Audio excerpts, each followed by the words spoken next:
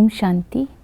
1 जून 2024 की साकार मुरली से होमवर्क। आज की मुरली से हम लक्ष्य लेंगे विश्व का मालिक बनने के लिए सच्चा ब्राह्मण बनने का पुरुषार्थ करना है। आज की मुरली से सच्चे ब्राह्मण की विशेषता लेंगे। सच्चा ब्राह्मण उसे कहेंगे जो आस्तिक है, जो आज्ञाकारी है, जो सदा ही याद में रहता है। आज ये 3 बातें सारा दिन स्मृति में रखेंगे। सबसे पहले बाबा ने कहा सच्चा ब्राह्मण वो जो आस्तिक है।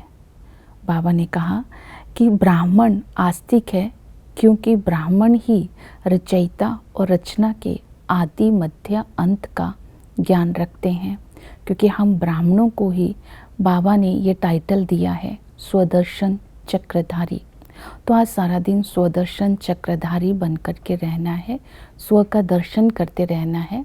आदि में हम आत्माएं पवित्र थी, योग बल से जन्म लेते हैं। वहाँ गर्भ महल होता है, वहाँ दुख नहीं होता है और वहाँ पर आत्माएं सुखी होती हैं, इसलिए उसको अमर लोक भी कहते हैं। वहाँ आत्म अभिमानी होते हैं, इसलिए शरीर छोड़ने का डर भी नहीं होता है और शरीर भी खुशी से ही छोड़ते हैं। और जब हम मध्य में आते हैं तो रावण राज्य शुरू हो जाता है, घोर अंधेरा हो जाता है क्योंकि बाप को भी भूल जाते हैं, धर्म को भी भूल जाते हैं और श्रेष्ठ कर्म को भी भूल जाते हैं। तो दुखी होना शुरू हो जाते हैं और उस समय गर्भ जेल भी होती है, मध्य में दुख भी होता है। अंत में ब्रह्मा के द्वारा हम बच्चों को बाबा एडॉप्ट करते हैं तो ब्रह्मा बड़ी माँ हो जाती है। उस बड़ी माँ के द्वारा हमें इस सृष्टि का रचना का ज्ञान मिलता है, नाटक का ज्ञान मिलता है, 84 जन्मों का ज्ञान मिलता है और बाप से विश्व की बादशाही का, विश्व के मालिक बनने का वर्षा भी मिलता है। तो दूसरा है जो आस्तिक, उसे कहेंगे जो श्रीमत पर चलते हैं। तो बाबा ने कहा श्रीमत पर चलने वाले ही आस्तिक कहलाते हैं। श्रीमत है आत्माओं से प्यार होना चाहिए, शरीर से नहीं। जैसे हमारा प्यार रूहानी बाप से है, ऐसे तुम्हारा प्यार रूहानी आत्माओं के साथ भी होना चाहिए क्योंकि आत्मा भाई भाई है।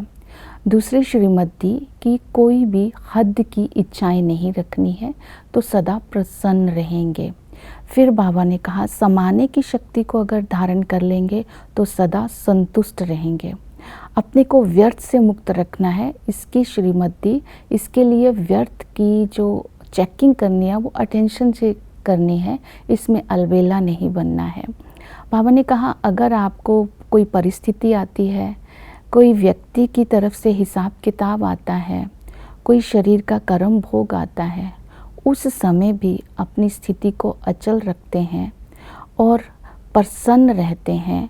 तो हम बाबा कहते हैं प्रसन्न रहना है वो तभी रह सकते हैं अगर ड्रामा का राज बुद्धि में हो और अंदर से सदा आत्मा संतुष्ट हो, निर्दोष दृष्टि हो, तब हम प्रसन्न रह सकते हैं। तो ये धारणाएं, ये श्रीमत को आज स्मृति में रखना है। याद के लिए बाबा ने कहा अपने को आत्मा समझ बाप को याद करना है क्योंकि जो सच्चा ब्राह्मण होता है वो आत्म अभिमानी और परमात्म अभिमानी होता है। तो ये सहज ही तो बाप की याद करने की ये विधि है। अगर हम आत्मिक स्थिति में, देही अभिमानी स्थिति में स्थित हो जाते हैं, हम आत्मा निराकार है, हम आत्मा परमधाम निवासी है, हम आत्मा इस शरीर में पाठ बजाने के लिए आई हैं। हम आत्मा जब शरीर में आती है तब दुख और सुख का अनुभव करती है। अगर आत्मा निर्लेप है तो वो दुख का भी अनुभव नहीं कर सकती। तो इसलिए आत्मा को समझना है और इसी का ज्ञान बाबा ने दिया। परमात्मा भी निराकार है, परमात्मा भी परमधाम निवासी है। तो परमात्मा इस समय ब्रह्मा बाबा का आधार लेकर के, तन का आधार लेकर हमारे सम्मुख आए हैं।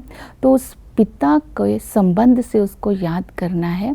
वो बेहद का पिता हमें बेहद का वर्षा देता है। इसीलिए तो गायन है, तुम मात पिता हम बालक तेरे, तुम्हारी कृपा से सुख घनेरे। तो संगम पर ब्रह्मा बाबा हमारी बड़ी माँ बनते हैं और वही टीचर बन कर के हमें पढ़ाई पढ़ाते हैं, जिस पढ़ाई से हम विश्व का मालिक बनते हैं, अर्थात लक्ष्मी नारायण जैसा बनते हैं। उसी टीचर के लिए ही गायन है, वो टीचर पढ़ाई पढ़ाता है ब्रह्मा के द्वारा, इसलिए ब्रह्मा के मुख को गौमुख भी कहा जाता है।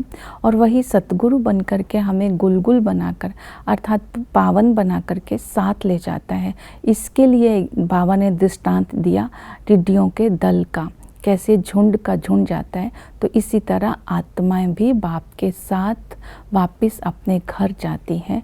तो ये स्मृति रखनी है कि हमें पवित्र बनना है, अपने लक्ष्य की स्मृति रखनी है, विश्व का मालिक बनना है, बेहद का वर्षा लेना है, तो माता पिता की याद में रहना है। ओम शांति।